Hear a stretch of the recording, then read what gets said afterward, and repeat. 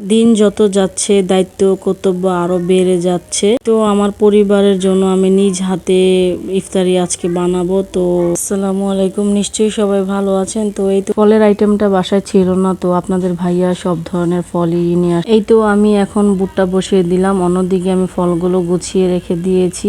আর এদিক দিয়ে অন্য চুলাতে আমি এখন যে সময় কোন দিক দিয়ে চলে যায় আসলে বলা যায় না। তো অন্য চুলাতে আমি গরুর মাংস দিয়ে পাতাকপি বসিয়ে দিয়েছি। সব আইটেম আমি নিজের হাতে বানিয়েছি। তো এখন আমি ডিমের চপটা বানিয়ে নিচ্ছি। তো এক এক করে আমি 4টা ডিমের চপ বানিয়েছি, আর এদিক দিয়ে আলুর চপটাও বানিয়ে নিয়েছি। এখন আমি পেঁয়াজগুলো বানিয়ে নেব। তো পেঁয়াজের মধ্যে এখানে কাঁচামরিচ, মরিচের গুঁড়ো, হলুদের গুঁড়ো, জিরার গুঁড়ো, স্বাদ মতো লবণ দিয়ে দিয়েছি, আর ধনিয়া পাতা দিয়ে আমি মেখে নিয়েছি। তো এক এক করে আমি আলুর চপগুলো ভেজে নেব। তো আমি তাড়াহুড়োই করতেছিলাম, সময় হয়ে গেছে, আজান দিয়ে দিবে। তো এদিক দিয়ে আমি সবগুলো আলুর চপ ভেজে নিয়েছি, আর এখন আমি ডিমের চপটাও ভেজে নেব। এই তো আমি এক এক করে ডিমের চপগুলো দিয়ে দিয়েছি, আর এখন আমার দেখেন ডিমের চপগুলো ভাজা হয়ে গেছে। আর এখন আমি এখানে এই তো আমি এখন পেঁয়াজগুলো ভেজে নিচ্ছি। আর আপনাদের ভাইয়া এই কড়াইটা যে আমার জন্য নিয়ে আসছিল, আমি আগের ব্লগে দেখিয়েছিলাম। তো খুবই ভালো ছিল কড়াইটা, মানে এক এক করে সবকিছু ভালোই ভাজা হয়েছে। যাই হোক, এই তো আমি এখন বেগুনিগুলো ভেজে নেব।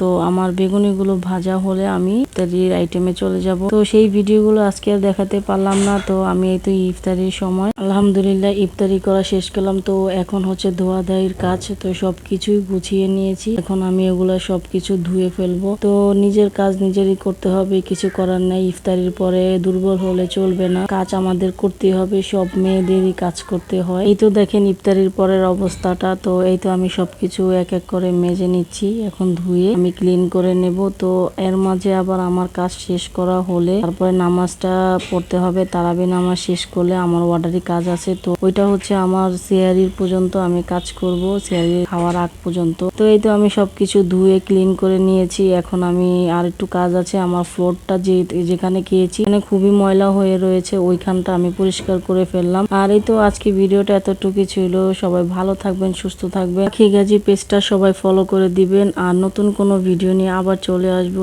আল্লাহ হাফেজ।